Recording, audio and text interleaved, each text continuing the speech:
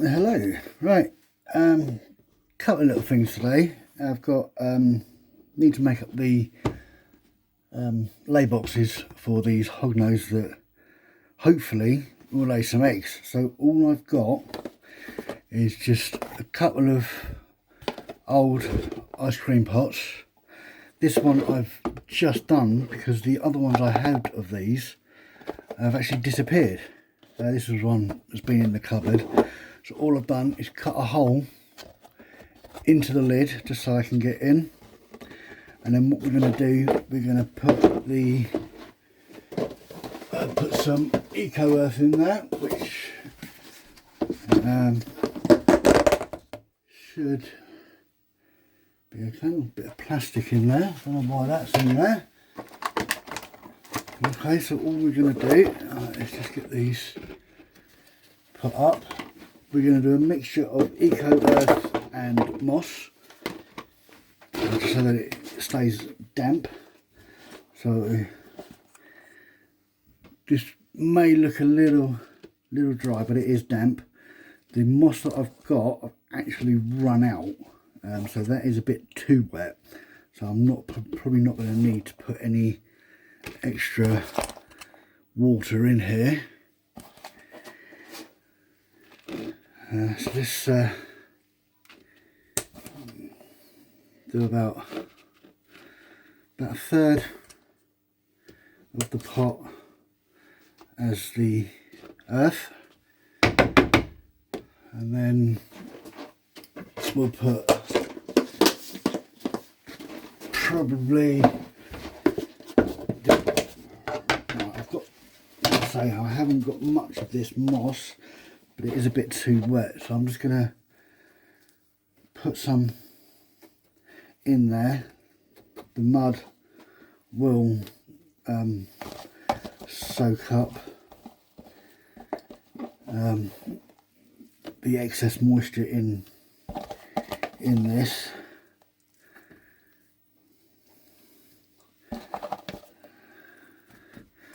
So what I'll do, that will be fine. So just give that a little mix, and then the earth that's in there will soak, like I said, will soak up that extra moisture. I don't want it too full, because obviously we want the female hogs to be able to get in here and then use this substrate to, sorry for the noise there, to bury their eggs, and hopefully they won't eat their eggs, because this is their first clutch, and hognose are known to eat their eggs. Not often, but it does happen. So yeah, it's probably a little bit too moisture, but the enclosures are fairly warm, so that will dry up in time, but it's not too damp for them. Okay, so I will put those in. I won't show you on camera because it's literally just putting them in at the front of the tank. You'll probably see from the thumbnail the image of them in anyway. So that's them done. Now, instead of just having this as a short video, I thought I'd do one rehouse as well from a new animal that I've got, and also show you another couple of additions which I've had for a couple of weeks. So I will just go get them a little bit of food and be back in a very short second.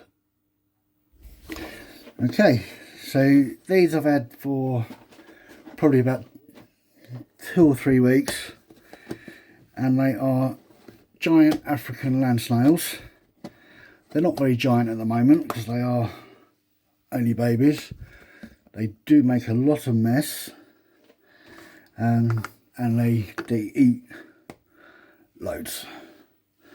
So all I've got in here is a bit of cuttlefish bone to help their shell grow, and they have been devouring that. That was a big full lump a couple of weeks ago. All they're going to eat is some lettuce. I've just put that in there. Give them a tiny little spray. Okay, so the spray will help them come out. And as I don't know if you can see, but this one here and this one are now, are now both out. So these two are a normal colour, and this one is an albino. Okay, so there is a couple of species of these, and depending on what species they are, will depend on how big they grow, but they will get fairly big. So already, after that little spray, just to tempt them out, they're going onto the food. So all I feed these at the moment is just lettuce, but they will eat cucumber, carrot. That is probably the best things for them. I wouldn't use iceberg, because iceberg is probably 90% water. No nutritional value to iceberg at all. So the best one you could probably get is round lettuce, romaine lettuce. Can't think of any offhand, but they're the ones. Also, the little gem lettuces are good, because when these get bigger, they will eat a lot. So the little gem lettuces, I find that when they're big enough, and with the three of them here, they would have one little gem lettuce probably once every 5 days, and that would be plenty for them. Cucumber, courgette is good as well. Stay away from the fruits because they are full of sugar. So mainly the lettuce and salad items. I will put in the description a couple of other good food items for these little beauties. I've always had a weakness for snails, and I saw these in the shop and I thought I've just got to get them.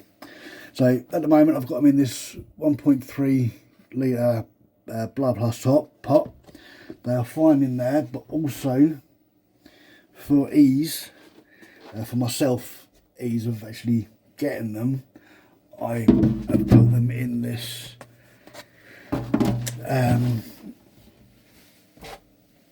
sort of plastic aquarium. So they will be in there, and then when they outgrow that, it probably won't be too long because they are slightly bigger already from when I bought them. They will go into a 3 litre blood plus pot, and then moving up into, I think, maybe a 20 litre 20 or 30 litre rub, real usable box, sort of anywhere. Best place for them I found is Hobbycraft. Okay, so now for the rehouse, which could be a little bit on the spicy side. So let me get there it is. So here's a 3 litre blood plus pot. So what we're going to do again is use some Eco Earth for this animal. I've always had a weakness for this type of animal. I've kept quite a few of the species previously, but due to unforeseen circumstances at the time, I didn't keep them for very long. No error on my side, but I just had to get rid of them for one reason or another. But now I've got another one. So all we're going to do is put a little bit of damp substrate in there, because I do like a bit of humidity. I need to get them a water bowl, which all I'm going to use for a water bowl. At the moment it looks like they've got a cork, like a Coke bottle or some sort of bottle, juice bottle. So I'm just going to use a milk bottle lid. I've got a surplus of these for when baby snakes come along. I'm also going to put, that's handy, I just found this nice piece of cork bark, and I'm going to wedge that up as a nice little hide. Just going to wedge it up with, it's like an onyx stone I just found in my little collection. So I'm just going to wedge that up. Not a massive gap, but there is enough of a gap for for this creature to be able to get under this. I'm going to put a little, this plant, plastic plant came with it. I took it out a little while ago because it had a locust in there. When I bought it, it did eat it overnight, and these will feed once a week.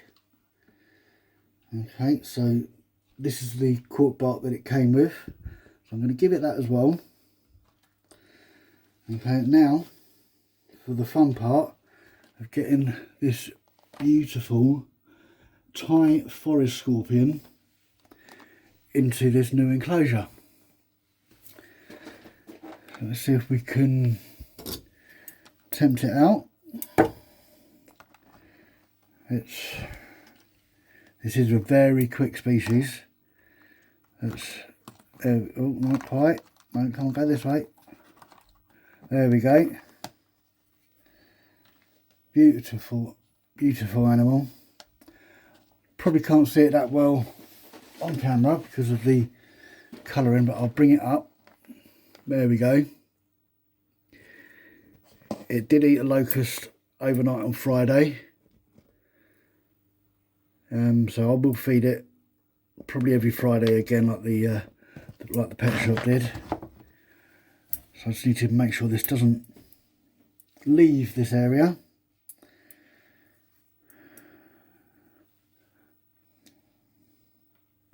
So I've had forest scorpions before, and this is probably the fastest one that I've had. It is still, I'm not too sure how old it is, but these do start off relatively small. So I'll probably say it's about a year old, give or take.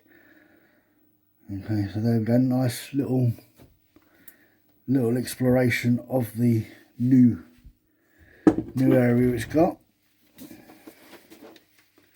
Just gonna give it a bowl of water, give it some water, and now we'll find the lid, which I should have had to hand, but I know where it is. Here we go. Okay, so I've got a lid. So I'm in a nice bit of explore. Just feeling the new area, because it is a lot bigger than, probably 3 times bigger than the pot it came in.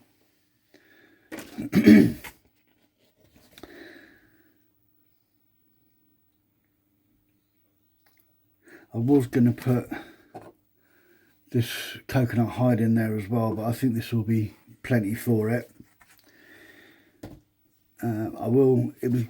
Had a locust in the pot when I bought it on Friday. Today is Tuesday when I'm filming this, so I will try and feed it mealworms, crickets, and probably the occasional locust. The only thing with the locusts are I don't have anything else that eats the size that this one will eat, so they will either all go to waste, but I will probably keep it on the crickets and the mealworms because of the geckos and the anoles that I have. I know I said in the last video that it'll be the incubator for the eggs would be the next post, but that I have started building that, and I have started to film, but I just need to get the glass put on the front and then run a couple of tests just to make sure that it is getting to temperature that I need, and then that incubator video will be posted. So for now, we'll leave this video here, and we'll leave this beautiful Typhloid scorpion here to settle in. I will spray this probably every couple of days just to make sure it has got a damp substrate and keep the humidity up for it. So cheers for watching, guys. Don't forget to like, subscribe, any comments. Please help this channel get bigger and see where we can go. Thanks for watching. Bye bye.